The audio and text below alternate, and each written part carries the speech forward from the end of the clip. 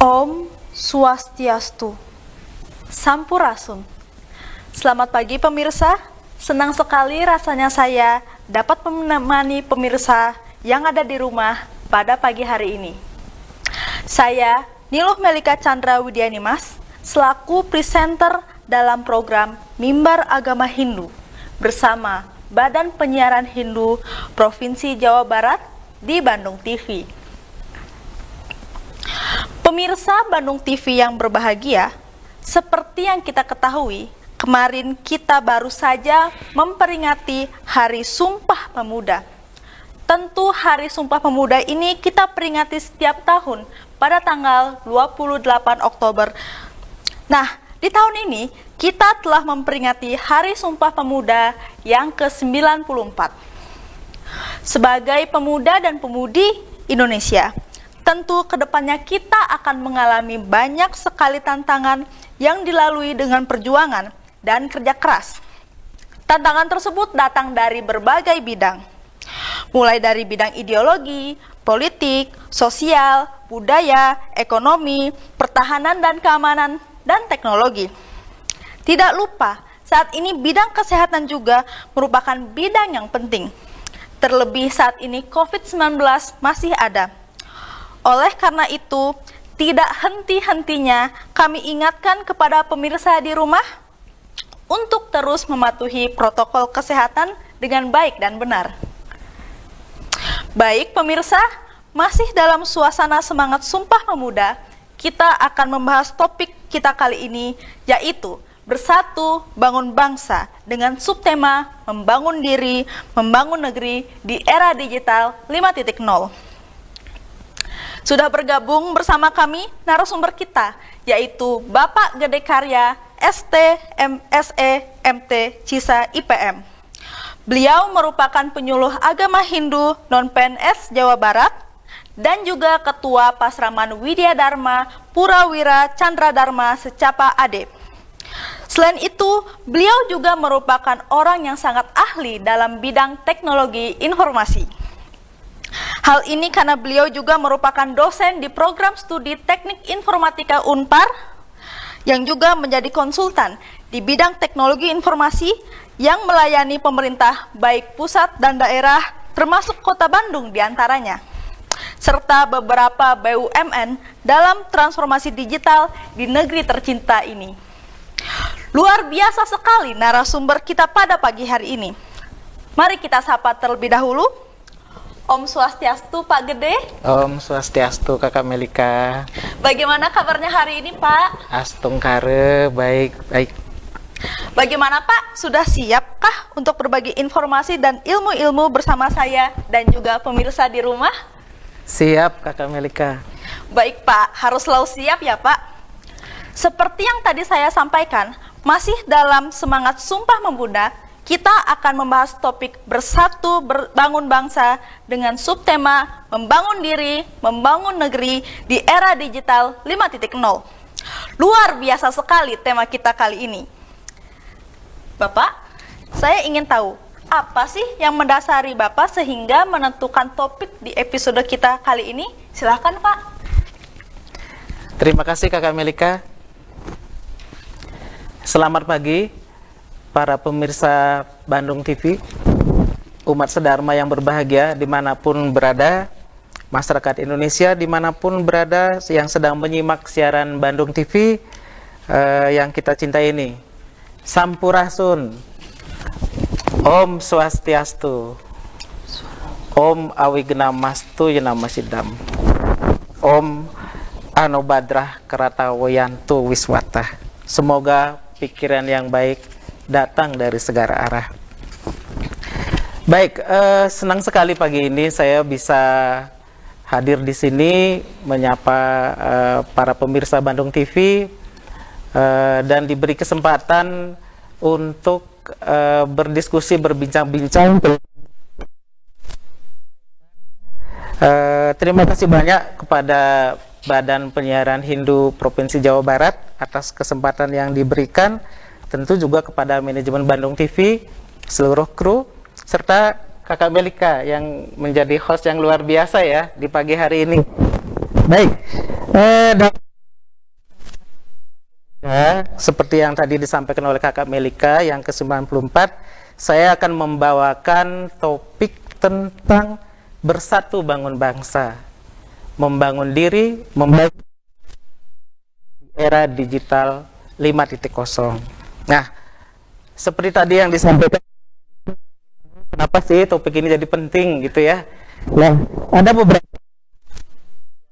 saya perhatikan di dalam topik ini. Pertama adalah bersatu bangun bangsa. Ini adalah tema dari Hari Sumpah Pemuda pada tahun ini, yaitu pada tahun 2022, di mana pemerintah ingin menegaskan dan mengingatkan serta mendorong generasi muda harus selalu merapatkan barisan, menjaga persatuan dan kesatuan bangsa. Karena kita ketahui dengan keanekaragaman kita, dengan perkembangan geopolitik saat ini, potensi-potensi disintegrasi bangsa masih tinggi ya. Nah, untuk bersatu padu membangun bangsa, karena keragaman adalah potensi kreasi dan inovasi yang bisa kita manfaatkan dan menjadi kunci sukses dalam membangun bangsa. Kemudian yang kedua, membangun diri, membangun negeri. Saya ingin menekankan bahwa setiap diri pribadi adalah komponen bangsa, komponen negeri. Apalagi para pemuda. Para pemuda adalah modal utama bagi bangsa kita. Nah, untuk itu sangatlah penting membangun diri untuk menjadi pribadi-pribadi yang unggul, sehingga mampu membangun negeri, mewujudkan Indonesia unggul tahun 2045 ya, sesuai dengan yang dicanangkan oleh pemerintah kita. Nah, kemudian yang ketiga, ada kata era digital 5.0. Ini juga penting, karena era ini memiliki potensi yang tinggi dalam meraih keunggulan dengan memanfaatkan teknologi digital. Namun juga memiliki tantangan yang juga berat ya, tidak ringan, sebagai hasil dari revolusi industri 4.0 yang mendorong lahirnya era digital ini. Nah, karena ini juga adalah mimbar agama Hindu, maka tentu kita akan menggali nilai-nilai Hindu yang dapat kita implementasikan untuk membangun diri dan membangun negeri di era digital 5.0. Demikian Kakak Melika dan pemirsa semua. Baik Pak, terima kasih atas penjelasannya. Berarti ada 3 faktor ya Pak yang mendasari Bapak sehingga memilih tema ini. Faktor pertama yaitu diantaranya bersatu bangun bangsa merupakan tema dari Hari Sumpah Pemuda 2022. Ya. Semangat membangun diri dan membangun negeri untuk kemajuan bangsa serta adanya era digital 5.0. Luar biasa sekali. Barangkali Bapak bisa bercerita terlebih dahulu apa dan siapa sih yang dimaksud dengan pemuda itu? Silahkan Pak. Baik, para pemirsa Bandung TV yang berbahagia, agar lebih jelas, mari kita lihat 2 rujukan ya tentang definisi pemuda ini. Yang pertama, kita lihat rujukan dari WHO, adalah rujukan internasional yang mendefinisikan bahwa pemuda atau youth itu adalah individu-individu yang berumur sampai 24 tahun. Nah, ini juga diadopsi di dalam seluruh dokumen-dokumen dari Perserikatan Bangsa-Bangsa dalam mempublikasikan laporan tentang kepemudaan. Rujukan di negeri kita, yaitu rujukan nasional, yaitu Undang-Undang Nomor 40 tahun 2009, yaitu tentang kepemudaan.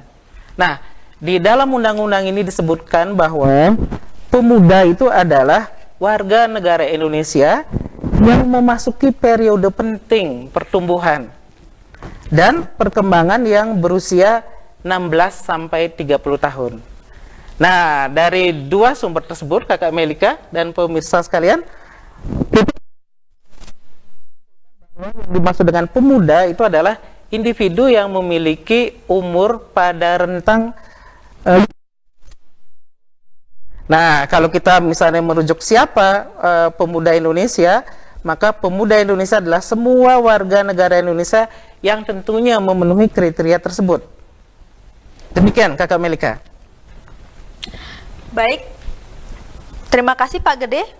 Tadi kita sudah membahas mengenai pemuda, ya pemirsa. Saya garis bawahi bahwa pemuda adalah individu yang memiliki umur pada rentang 15 sampai 30 tahun. Nah, barangkali pemirsa di rumah juga merupakan bagian dari definisi si pemuda tersebut ya. Oh iya Pak, jika dilihat dari tema kita ini, Bapak juga menyinggung mengenai fenomena digital, era digital 5.0. Saya jadi penasaran nih Pak, apa sih yang Bapak maksud era digital 5.0 ini? Silahkan Pak. Kakak Melika dan para pemirsa Bandung TV serta umat sedharma yang berbahagia, era digital 5.0 itu adalah merujuk pada istilah peradaban digital. Nah, peradaban ini dipicu oleh revolusi industri 4.0. Nah, peradaban sebelumnya, misalnya ada peradaban 1.0, yaitu masa berburu dan mengumpulkan makanan. Kemudian ada peradaban 2.0, ya. 2.0 ini adalah peradaban agraris dan bercocok tanam. Ada peradaban ketiga, yaitu era industri, dan peradaban keempat, era informasi. Nah, setiap perubahan peradaban itu biasanya dipicu oleh revolusi. Nah, misalnya revolusi industri 3.0 itu komputer dan internet itu memicu terjadinya peradaban 4.0, yaitu peradaban informasi ya. Yang kita lalui sudah selesai pada akhir abad 20 ya.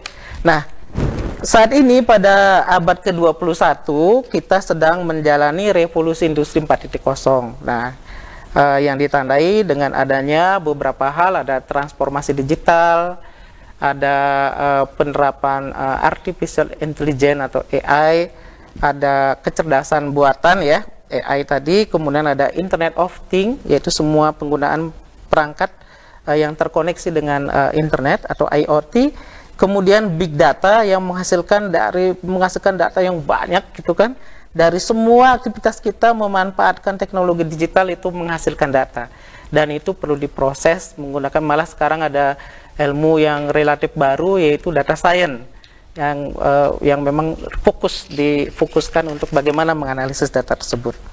Nah, kemudian revolusi industri 4.0 inilah sebagai pemicu dari peradaban digital 5.0. Nah, ini ternyata menimbulkan tantangan ya, yang sering dikenal sebagai VUCA, yaitu ada volatility, yaitu tingkat perubahan yang cepat, ada uncertainty, yaitu ketidakpastian, kemudian complexity atau kerumitan, dan ambiguity. Jadi banyak hal yang kadang-kadang kurang jelas ya, karena sumbernya banyak, ada yang dari berbagai sumber, sehingga menimbulkan ketidakjelasan. Nah, pertanyaannya, bagaimana mengatasi tantangan-tantangan ini? Itu tantangan VUCA tadi.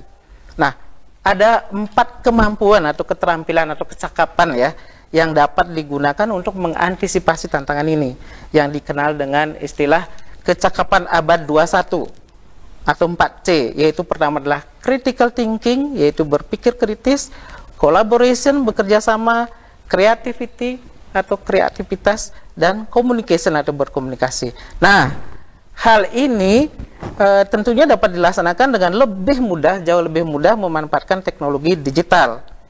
Jadi teknologi digital, internet itu dapat dimanfaatkan baik untuk mengumpulkan informasi, menganalisisnya, mengkomunikasikannya, kemudian berkolaborasi sehingga kita tidak dibatasi oleh ruang dan waktu. Itulah yang kita saksikan saat ini. Nah, demikian bahwa era digital 5.0 ini memiliki potensi kemajuan yang luar biasa. Di samping tentu tadi sudah disampaikan ada tantangan juga yang tidak kalah serunya gitu Kakak Melika. Baik, terima kasih Pak Gede. Tadi kita sudah membahas mengenai era digital 5.0. Dapat saya garis bawahi bahwa era digital 5.0 adalah peradaban digital yang dipicu oleh revolusi industri 4.0 yang ditandai dengan transformasi digital, penerapan artificial intelligence atau AI, Internet of Things atau IoT, dan juga big data, sehingga memiliki potensi kemajuan namun juga tantangan yang tidak mudah seperti tadi yang sudah disebutkan oleh Pak Gede, yaitu VUCA ya Pak ya. Setelah membahas kedua hal ini, saya jadi ingin tahu nih Pak, lalu bagaimana hubungan antara pemuda dan era digital ini ya Pak? Silahkan Pak. Baik, terima kasih Kakak Melika, pemirsa Bandung TV yang berbahagia.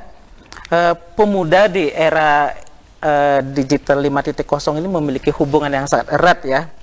Jadi hasil sebuah survei menyatakan bahwa rentang umur pemuda di 15-30 tahun yang tadi kita bahas itu bersesuaian dengan dua generasi yang berhubungan dengan era digital, yaitu generasi Y atau milenial ya, yang merujuk pada kelahiran 1981 sampai 1996.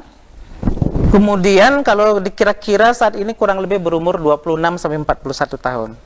Nah, kemudian ada generasi Z, itu merujuk pada kelahiran 97 sampai 2012. Nah, saat ini umurnya kurang lebih 10 sampai 25 tahun. Jadi mungkin sedang menempuh pendidikan dari SD sampai perguruan tinggi, kurang lebih baru lulus S1 atau S2. Nah, generasi milenial adalah generasi internet yang memiliki ciri 88% connected to internet, yang mengkonsumsi internet 4-6 jam per hari, Jadi kalau bekerja itu hampir sepenuhnya menggunakan internet. Sedangkan generasi Z adalah generasi mobile yang malah lebih besar lagi komposisinya. Nah, generasi Z inilah yang mendominasi pemuda dengan kecenderungan dan gaya belajar tertentu. Jadi demikian, dapat kita lihat bahwa pemuda saat ini memiliki kaitan yang sangat erat dengan era digital 5.0. Demikian Kakak Melika. Baik, terima kasih Pak Gede atas penjelasannya. Pemirsa Bandung TV yang berbahagia, pada sesi selanjutnya kita akan melanjutkan dalam bidang membangun diri dan membangun negeri. Kita akan membahasnya sesaat lagi. Jangan kemana-mana, kita akan kembali masih membahas topik yang sama dalam Mimbar Agama Hindu. Tetap di Bandung TV.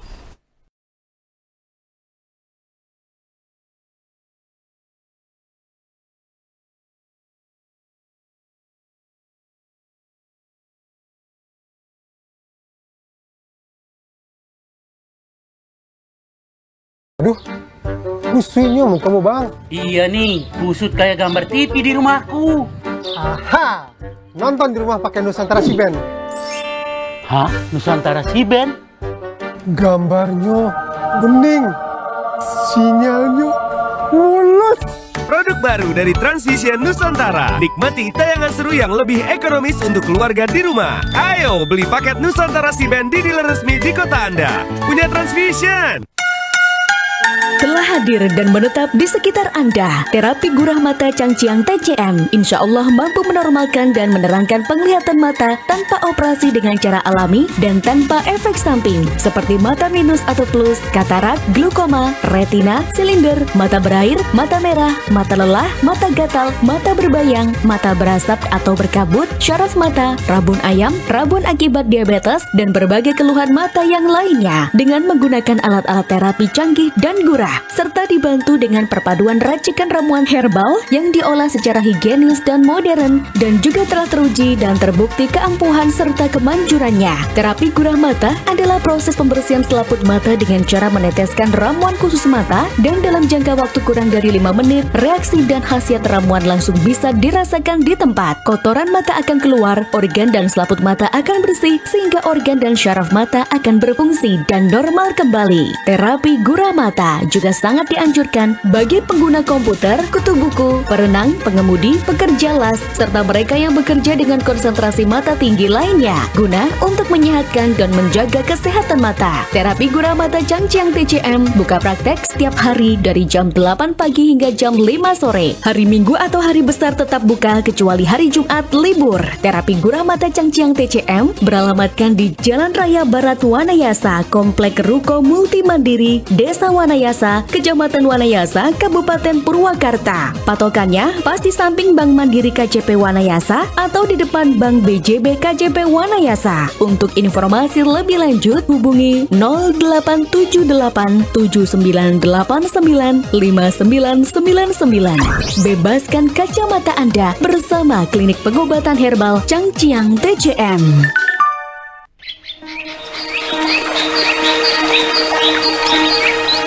Ketika kecerahan kulit badan dan wajah bukan menjadi yang utama, tetapi kesehatan kulitlah yang lebih utama. Keluarga sehat memilih sabun herbal Ganapati. Dengan formula alami daun mimba atau tumbuhan intaran atau dikenal sebagai daun nim dan ekstrak zaitun yang berkhasiat menyehatkan kulit, memicu produksi kolagen, mempercepat regenerasi kulit, mengangkat sel-sel kulit mati, melembabkan dan menghaluskan kulit. Sabun herbal Ganapati dibuat dengan sentuhan kasih beraroma bunga kenanga yang membuat badan dan wajah cerah, sehat dan segar. Sabun Ganapati, sabun herbal pilihan keluarga sehat.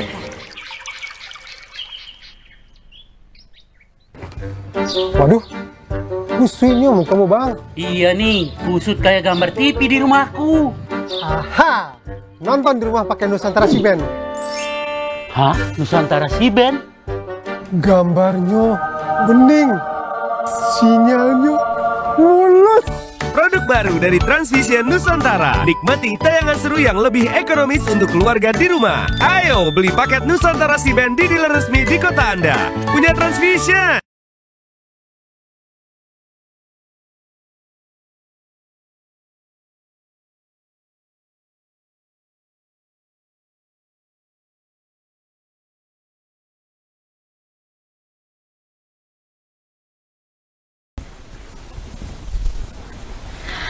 Pemirsa, kembali lagi di Mimbar Agama Hindu, masih dalam topik yang sama, bersatu bangun bangsa dengan subtema membangun diri, membangun negeri di era digital 5.0. Kita lanjutkan ya Pak.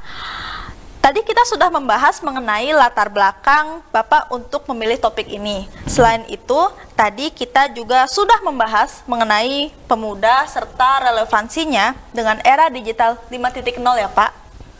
Berkaitan dengan itu, saya jadi ingin tahu Pak, apa yang Bapak maksud membangun diri tersebut ya Pak? Saya juga jadi penasaran nih Pak. Silahkan Pak. Ya, baik. Terima kasih Kakak Melika. Para pemirsa Bandung TV yang berbahagia, membangun diri adalah prasyarat dalam membangun negeri. Nah, mengapa demikian? Dalam ajaran Hindu, kita bisa memaknai hubungan antara diri kita, khususnya para pemuda, dan negeri atau bangsa ini, bahwa pemuda adalah komponen utama dari bangsa ini. Nah, dapat ibaratkan pemuda itu adalah buana alit atau mikrokosmos ya.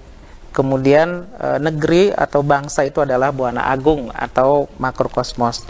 Nah, oleh karena itu membangun diri adalah modal dari membangun negeri.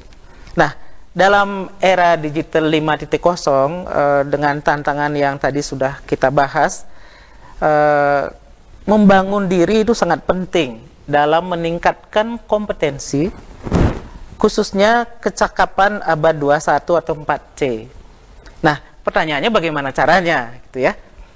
Nah, pertama, kemampuan berpikir kritis atau critical thinking skill dapat dicapai itu melalui proses pembelajaran, kalau di dalam agama Hindu masa Brahmacari ya, yang tidak sekedar untuk mengetahui atau memahami. Nah, ini tidak hanya sekedar mengetahui atau memahami ya Kakak Melika ya, akan tetapi mencakup kemampuan untuk membuat pertimbangan dan keputusan, diantaranya adalah menganalisis dan mengevaluasi bukti, argumen atau alasan, kemudian klaim, keyakinan secara efektif. Nah, kemudian yang kedua adalah menganalisis dan mengevaluasi pandangan alternatif. Jadi harus melihat potensi alternatif-alternatif yang lain. Yang ketiga adalah mensintesis dan membuat hubungan antara informasi dengan argumen-argumen tadi. Nah, kemudian yang keempat adalah menginterpretasi informasi dan menarik kesimpulan yang didasarkan pada analisis terbaik. Nah, kemudian yang terakhir adalah bagaimana melakukan refleksi secara kritis pada proses dan pengalaman pembelajaran tersebut. Nah, kemudian yang kedua, ada kemampuan berpikir kreatif atau creative skills. Nah, ini dapat dicapai dengan cara meningkatkan motivasi diri ya, kemudian berusaha memanfaatkan baik pengetahuan, masalah, ide-ide atau gagasan-gagasan baru mengenai sesuatu yang berguna dan dapat dimengerti. Kenapa dapat dimengerti? Karena harus disebarkan kepada masyarakat ya, bisa dikomunikasikan. Nah, jadi kreativitas ini harus memiliki nilai guna atau manfaat kebaikan bagi diri sendiri dan lingkungan. Nah, kemudian yang ketiga, Kakak Melika dan pemirsa semua, bahwa kecakapan berkomunikasi atau communication skill itu juga harus dapat dicapai dengan mengembangkan kemampuan baik menyampaikan atau mengungkapkan pendapat, kemudian menerima pesan yang dikomunikasikan melalui membaca atau mendengar, dan menggunakan banyak sumber dalam menyatakan ide atau pemikiran. Nah, kemampuan komunikasi juga mencakup kecakapan dalam menggunakan media komunikasi, terutama media digital gitu. Nah, kemudian yang terakhir, yaitu yang keempat, adalah kecakapan dalam bekerja sama atau collaboration skill. Nah, ini mencakup pertama adalah kemampuan bekerja secara efektif ya di dalam tim. Kemudian yang kedua itu adalah menghargai anggota tim yang berbeda. Nah, ini kecakapan ini ya. Kemudian yang ketiga adalah menunjukkan fleksibilitas dari keinginan untuk menjadi orang yang berguna atau bermanfaat ya. Kemudian melakukan kompromi untuk mencapai tujuan tadi bersama rekan-rekan dalam satu timnya. Nah, kemudian yang keempat adalah mau dan mampu memikul tanggung jawab dalam pekerjaan kolaboratif. Dan terakhir adalah mau dan mampu menghargai kontribusi setiap anggota tim yang lain. Nah, hal ini tentunya dapat dicapai melalui pembelajaran dan latihan yang berbasis kelompok. Nah, dengan meningkatkan kompetensi diri sebagai bagian dari membangun diri, ya, maka tidak hanya memiliki kompetensi atau kemampuan, keterampilan dan sikap, akan tetapi juga harus memiliki motivasi, harus juga memiliki pengendalian diri yang tinggi, jadi self control ya, sehingga dapat bertindak terampil dan presisi, baik secara individu maupun secara kolektif berkelompok, dengan memanfaatkan semua sumber daya yang ada, termasuk sumber daya teknologi yang tersedia pada era digital 5.0, yaitu teknologi digital. Demikian Kakak Melika dan pemirsa sekalian. Baik, terima kasih Pak Gede. Tadi cerita Pak Gede tentang membangun diri jadi menginspirasi saya dan pemirsa di rumah juga nih sebagai pemuda dan pemudi. Oh iya Pak, berkaitan dengan hal tersebut, lantas bagaimana ya cara membangun diri nih menurut ajaran agama Hindu? Ya. Silakan Pak. Baik, terima kasih Kakak Melika. Para pemirsa Bandung TV dan umat sedharma yang berbahagia, dalam ajaran Hindu itu membangun diri itu mulai dilakukan pada fase belajar atau brahmacari.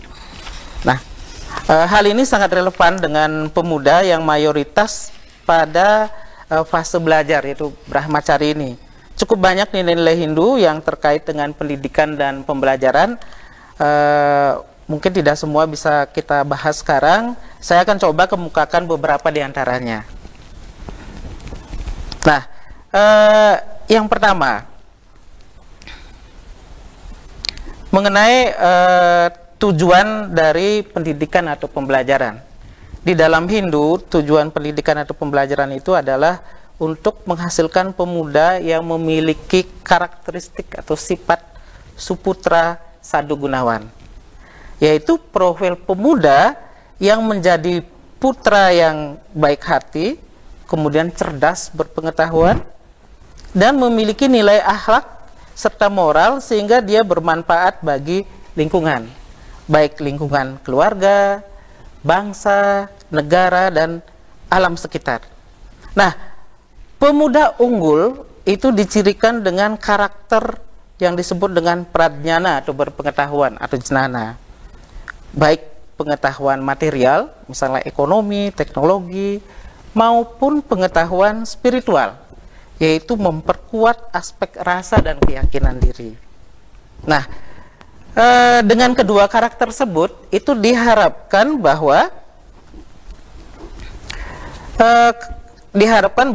pemuda kita dapat mencapai keberhasilan dalam mewujudkan cita-cita atau kita sering sebut sebagai jaya, dan mewujudkan kemakmuran, kesejahteraan, dan kelestarian terhadap lingkungan atau jayanti. Jadi itulah tujuan dari pendidikan terhadap pemuda kita. Nah, kemudian kualitas pendidikan dalam ajaran Hindu itu dapat diidentifikasi dengan 3 kriteria. Yang pertama adalah Satyam, yang kedua adalah Siwam, yang ketiga adalah Sundaram. Satyam artinya adalah tentang kebenaran, ya. Kemudian terdiri dari Satya atau Dharma dan Reta. Jadi pendidikan harus menghasilkan pemuda yang benar, memahami kebenaran dengan cara yang benar, kemudian juga taat hukum atau Reta, baik hukum alam, hukum negara, maupun hukum di lingkungannya. Nah, kemudian Siwam itu berarti kesucian, yang terdiri atas diksa atau kebersihan atau kesucian diri pribadi, dan tapa yang artinya adalah pengendalian diri. Nah, pemuda yang unggul harus memiliki fisik dan jiwa yang bersih atau suci. Selain kesucian itu juga harus memiliki kemampuan pengendalian diri tadi. Nah, kesucian dan pengendalian diri ini itu mencakup baik kesucian pikiran, kesucian perkataan, maupun kesucian perbuatan yang sering kita sebut sebagai Trikaya Parisuddha. Nah, selain itu juga itu memiliki kualitas sundaram atau indah harmonis yang terdiri atas Brahma atau pemujaan atau memiliki rasa syukur atas semua anugerah dari Sang Pencipta, rasa syukur atas capaian-capaian yang sudah diperoleh atau dicapai. Kemudian yadnya yang berarti memberikan pelayanan atau korban suci untuk menciptakan atau menjaga keseimbangan dan kedamaian dari alam semesta. Nah, kemudian yang ketiga, bahwa membangun diri juga perlu menetapkan tujuan yang ingin dicapai dari setiap individu pemuda, yaitu kita sebutnya sebagai catur purusa arta. Nah, catur purusa arta ini ada dharma atau pemenuhan kewajiban, terutama swadharma, kemudian ada arta atau kekayaan material sebagai sarana dalam mencapai tujuan, kemudian ada kama, kesenangan, terutama hubungan yang menyenangkan dengan sesama manusia, dengan lingkungan, dan yang keempat ada moksa, yaitu kebebasan, baik kebebasan selama hidup yang sering kita sebut sebagai jiwan mukti, maupun setelah hidup, yaitu mencapai penyatuan diri dengan Sang Pencipta. Jadi secara keseluruhan tujuan hidup membangun diri ini dapat diringkas menjadi moksartam jagadita, yaitu kesejahteraan, kebahagiaan, dan pembebasan diri atau kemerdekaan. Nah, kemudian yang keempat, konsep yang keempat itu untuk mencapai tujuan tersebut kita perlu metode yang tepat yang bisa diterapkan untuk mendapatkan pengetahuan. Nah, metode ini sering kita sebut sebagai Tri Pramana, yaitu 3 cara untuk mendapat pengetahuan yang benar. Yang pertama adalah sabda atau agama pramana, yaitu melalui wejangan dari para guru maupun dari tulisan referensi yang dihasilkan oleh para guru atau ahli. Kemudian untuk pengetahuan spiritual tentu merujuk pada kitab suci Weda, kemudian serta guru-guru suci, ya. Nah, kemudian untuk pengetahuan material itu dapat diperoleh dari sumber-sumber rujukan, hasil-hasil penelitian dari para ahli, para guru, para profesor yang ahli di bidangnya masing-masing. Nah, kemudian yang kedua itu adalah anumana pramana, yaitu pengetahuan yang diperoleh atas dasar kajian analisis ya terhadap berbagai fenomena, kemudian melalui penelitian ilmiah baik yang sifatnya deduktif maupun yang sifatnya induktif, melalui berbagai percobaan. Salah satunya tadi ada data science yang bisa mengolah data-data tersebut ya. Kemudian melalui simulasi juga, melalui analisis yang masuk akal atau reasonable.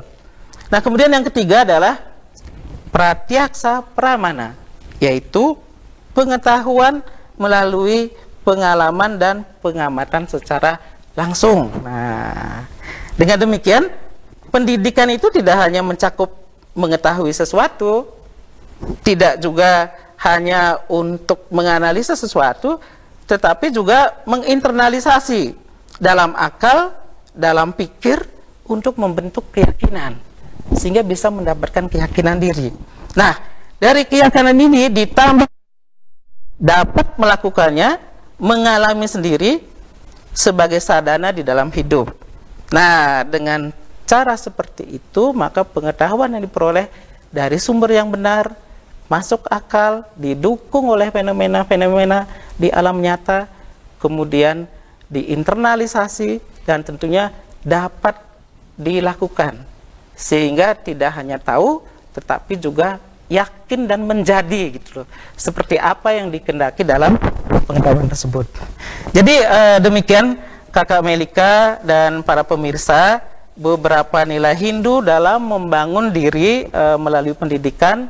Sebenarnya masih banyak lagi nilai-nilai lain yang bisa kita rujuk ya, kita acu gitu kan, sehingga kita bisa meningkatkan kualitas diri kita, sehingga bisa kita gunakan untuk membangun negeri, membangun diri, sehingga bisa mencapai tujuan-tujuan yang telah kita bahas tadi. Demikian Kakak Melika dan pemirsa sekalian. Baik, terima kasih banyak Pak Gede. Tadi tuh kita banyak mendengar ya mengenai ajaran-ajaran agama Hindu tentang membangun diri.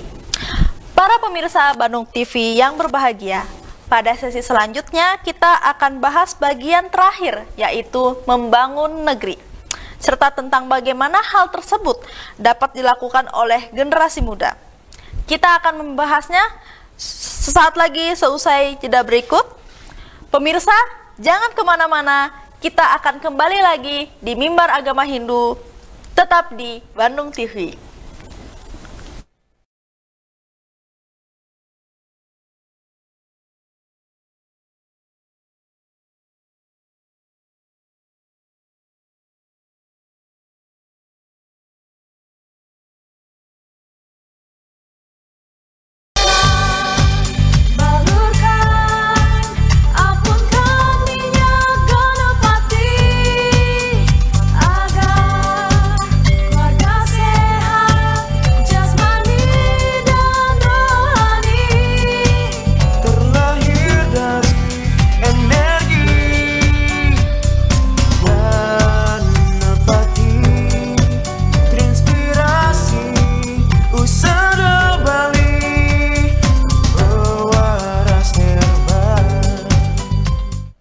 Waspada bakteri dan virus di sekitar kita. Virus corona telah menjangkit ribuan orang dan telah menyebar ke 16 negara. Bagaimana mencegah tertular virus corona ini? Menggunakan masker saja tidak cukup untuk mencegah penyebaran virus corona, karena ukuran virus corona yang hanya sekitar 0,1 mikron tidak dapat dihadang oleh masker umum yang hanya dapat menyaring partikel berdiameter 0,3 mikron. Kita juga harus sering mencuci tangan dengan bersih, juga menghindari kontak fisik dengan orang yang sakit, dan lengkapi asupan untuk meningkatkan sistem imun tubuh dengan mengonsumsi MyBio Susu Kolostrum. Karena MyBio Susu Kolostrum sangat bermanfaat untuk meningkatkan daya tahan tubuh, membantu proses penyembuhan, serta proses pertumbuhan. Dengan rutin mengonsumsi MyBio Susu Kolostrum, akan membantu mencegah tubuh kita tertular dari serangan virus penyakit yang berbahaya. MyBio Susu Kolostrum. Start your healthy life today. Dapatkan susu MyBio yang asli di outlet berikut.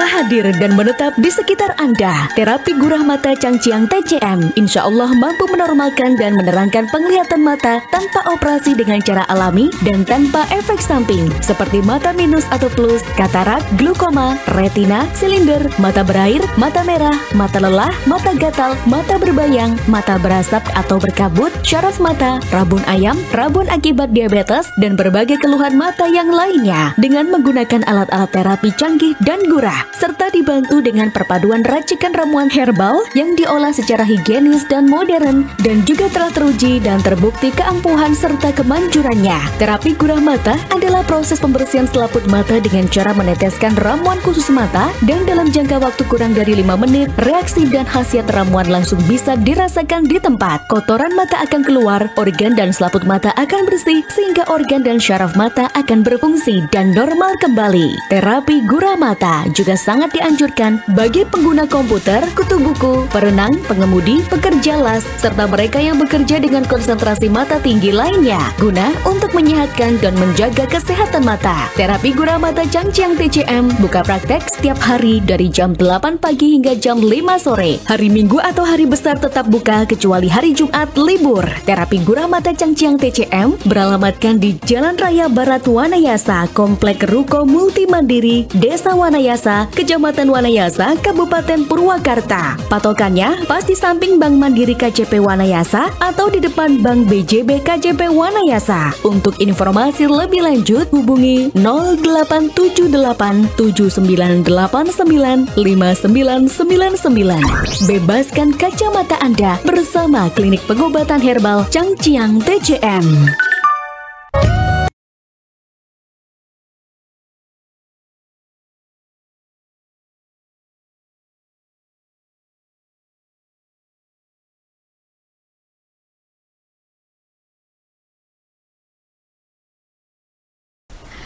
Pemirsa, kembali lagi di Mimbar Agama Hindu.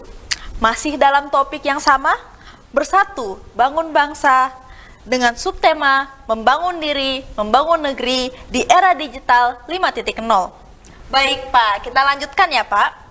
Pak Gede, dari cerita membangun diri tadi, bagaimana kaitannya dengan membangun negeri ya Pak? Saya sebagai bagian dari generasi muda juga ingin sekali mengetahui lebih dalam. Barangkali saya dan pemirsa di rumah juga dapat mendapatkan arahan dan inspirasi terkait hal tersebut. Silahkan Pak Gede. Baik, terima kasih Kakak Melika. Para pemirsa Bandung TV dan umat sedharma yang berbahagia, membangun negeri adalah upaya untuk memanfaatkan seluruh potensi diri dan lingkungan untuk mencapai tujuan kita bersama. Nah, negeri kita Indonesia itu memiliki tujuan mulia jangka panjang, yaitu mewujudkan masyarakat adil makmur, kemudian juga ikut serta mewujudkan perdamaian dunia. Itu di dalam Undang-Undang Dasar 45 ya. Kemudian adil di situ yang dimaksud adalah berdasarkan pada hukum atau kita sebut reta ya, dalam mewujudkan rasa keadilan. Nah, sedangkan makmur itu yang dimaksudkan di situ adalah terpenuhinya kebutuhan fisik maupun mental, baik secara ekonomi maupun rasa aman dan sejahtera. Nah, kemakmuran juga tercapai jika lingkungan kita di dunia juga damai dan stabil, gitu. Sehingga kita bisa berinteraksi, ya Kakak Melika, kemudian dengan negara-negara lain, gitu kan, dalam membentuk ekonomi kita. Ya, benar sekali Pak. Nah, kemudian membangun negeri itu dapat diwujudkan dengan memanfaatkan seluruh peluang dan kekuatan internal bangsa kita dalam mengantisipasi tantangan yang kemudian juga perlu memperbaiki kelemahan-kelemahan yang ada di dalam diri kita, baik di bidang ideologi, politik, ekonomi, sosial, budaya maupun pertahanan keamanan. Nah, khusus para pemuda, nah, kemampuan atau kecakapan abad 21 yang tadi sudah kita bahas, yang sudah dicapai di dalam membangun diri, itu tentu sangat diperlukan ya, menjadi modal dasar untuk membangun negeri, mewujudkan tujuan tersebut. Nah, para pemuda harus meningkatkan profesi, ya, sehingga dapat berkontribusi secara signifikan dalam membangun negeri sesuai dengan bidang keahlian masing-masing atau bidang-bidang profesinya. Sambil tentunya tetap ya, karena itu bermodal pengetahuan dan pengendalian diri untuk bersikap profesional. Nah, kemudian di era digital 5.0, membangun negeri itu dapat dilakukan dengan memaksimalkan pemanfaatan teknologi digital berbasis artificial intelligence, Internet of Things, big data, blockchain, data science, dan sebagainya ya, baik dalam komunikasi, kolaborasi untuk memperkuat persatuan bangsa. Nah, serta menghasilkan ide-ide kreatif. Nah, saat ini misalnya di dalam pemerintah kita itu sedang menerapkan program sistem pemerintahan berbasis elektronik atau SPBE. Ini adalah sistem yang disajikan oleh pemerintah untuk memberikan layanan kepada masyarakat, baik layanan publik maupun administrasi pemerintah. Nah, kemudian ada prinsip satu data Indonesia untuk menghasilkan informasi yang berkualitas sehingga presisi dalam perencanaan dan monitoring pelaksanaan pembangunan. Nah, kemudian khusus sumber daya manusia, kita tentu memiliki potensi pemuda ya, yang melimpah sebagai bonus demografi, karena struktur penduduk kita itu adalah 53% itu masuk pemuda. Kalau kita ngelihat statistik tahun 2020 ya. Nah, namun demikian tentu pemanfaatan teknologi juga harus tetap memperhatikan aspek tidak hanya sekedar teknologi yang teknis, tetapi juga aspek yang memanusiakan manusia dan berorientasi jangka panjang dalam melestarikan lingkungan, atau kita kenal Kakak Melika sebagai istilah sustainable development ya, sehingga menjaga kontinuitas dalam jangka panjang.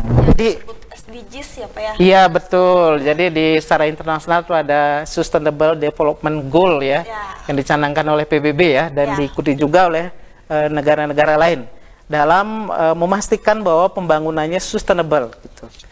Demikian Kakak Melika. Wah, baik, terima kasih Pak, paparannya sangat menarik sekali ini ya. Berkaitan dengan membangun negeri nih Pak, saya jadi penasaran nih Pak, kalau dalam ajaran agama Hindu, apakah ada konsep atau mungkin praktik khusus tentang membangun negeri? Silahkan Pak. Baik, bagus sekali pertanyaan Kakak Melika.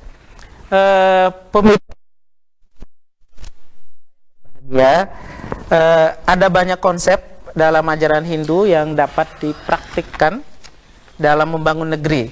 Beberapa dapat saya kemukakan. Pertama adalah ada konsep Dharma negara dan Dharma agama. Jadi Dharma negara yaitu kewajiban kita terhadap negara dalam konteks kita sebagai warga negara. Nah, salah satunya adalah membangun negeri. Yang lainnya ada pertahanan gitu ya. Kemudian mewujudkan perdamaian dunia dan sebagainya, siap ditugaskan dimanapun. Nah, membangun negeri harus diawali tentunya tadi disampaikan dengan membangun diri melalui penerapan Dharma agama. Karena Dharma agama itu ke dalam ya, ke individu. Tadi sudah disampaikan bagaimana membangun negeri, membangun diri dengan berbagai cara yang telah dikemukakan di dalam ajaran-ajaran Hindu yang terkait dengan pendidikan. Nah, kemudian Dharma negeri adalah salah satu swadharma atau kewajiban kita ya sebagai warga negara. Kemudian penerapan Dharma negara dan Dharma agama haruslah selaras dan saling memperkuat. Jadi tidak boleh saling bertentangan ya, gara-gara penerapan Dharma agama misalnya negaranya dikhianati, itu nggak benar. Tapi juga menerapkan Dharma negara tidak boleh juga merugikan kepentingan individunya ya, Kakak Melika. Sekali, Pak. Nah, dengan demikian bahwa dapat meningkatkan kualitas diri maupun kemajuan bangsa dan negara secara selaras gitu, Kak Melika. Nah, kemudian kita lihat konsep yang kedua, yaitu konsep profesi. Tadi sudah disampaikan bahwa kalau kita ingin berkontribusi dalam pembangunan, salah satunya adalah bekerjalah secara profesional, ya enggak? Sehingga apapun yang ditugaskan oleh negara, peran kita dalam pembangunan itu bisa kita capai dengan kualitas yang baik. Nah, di dalam agama Hindu ada konsep catur warna. Catur artinya 4, warna itu adalah profesi ya, yang terdiri atas ada Brahmana, yaitu profesi pemuka agama dan para guru. itu termasuk Brahmana. Yang kedua ini adalah kesatria, yaitu profesi sebagai tentara, polisi, ASN ya, pegawai negeri, pegawai pemerintahan. Kemudian Waisya, yaitu profesi ekonomi. Jadi pengusaha, pedagang gitu kan, termasuk nelayan, petani itu termasuk Waisya. Kemudian ada profesi Sudra, yaitu profesi pelayanan. Misalnya kayak di supermarket ada melayani pelanggan, begitu kan. Kalau di pertanian ada buruh tani, gitu kan. Memang tugasnya adalah memberikan pelayanan. Nah, hendaklah membangun negeri melalui kerja profesional. Sekali lagi saya tekankan, pada profesi-profesi yang ditekuni, sehingga menghasilkan kualitas kerja atau etos kerja sebagai bentuk pengabdian atau sadana kita kepada bangsa dan negara. Nah, kemudian yang ketiga, catur guru ya, yaitu 4 guru yang wajib dihormati dan dipatuhi. Ada guru rupake, yaitu orang tua, ada guru pengajian, yaitu guru kita di sekolah ya, dalam menuntut ilmu. Ada guru wisesa, yaitu pemerintah, dan guru swadhyaya, Tuhan sebagai jiwa semesta. Nah, dengan konsep guru wisesa, yaitu guru pemerintah, maka kita memiliki kewajiban juga untuk mendukung program-program pemerintah dalam membangun negeri, gitu. Sehingga kita selalu selaras antara pribadi dengan pelaksanaan tata usaha negara. Dan kemudian yang keempat, yang terakhir, yang relevan saya lihat dengan konsep membangun negeri ini adalah konsep Trihitakarana, yaitu 3 penyebab kebahagiaan.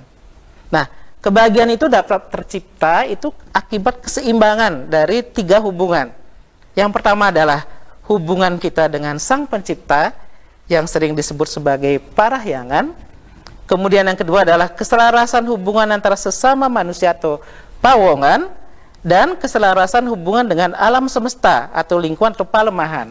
Nah, penerapan Trihitakarana dalam membangun negeri itu akan menghasilkan pembangunan yang berketuhanan, pembangunan yang berkemanusiaan, dan pembangunan yang berwawasan lingkungan, yaitu dengan menjaga kelestarian alam. Jadi itu beberapa konsep tata nilai Hindu yang bisa kita manfaatkan untuk membangun negeri. Jadi demikian Kakak Melika. Wah, baik, terima kasih Pak. Paparannya jadi semakin menarik nih apa ya. Oh, jadi saya garis bawahi ternyata ajaran agama Hindu ini cukup kaya ya. Kita bisa menggunakan konsep Dharma Negara, Dharma Agama, Catur Guru, dan masih banyak konsep lainnya sebenarnya yang tadi sudah disebutkan oleh Pak Gede. Luar biasa sekali ya Pak. Baik, pemirsa Bandung TV yang berbahagia, akhirnya kita sampai pada penghujung acara Mimbar Agama Hindu kita ini. Sebelum kita akhiri, mungkin dari Pak Gede, apakah ada pesan dan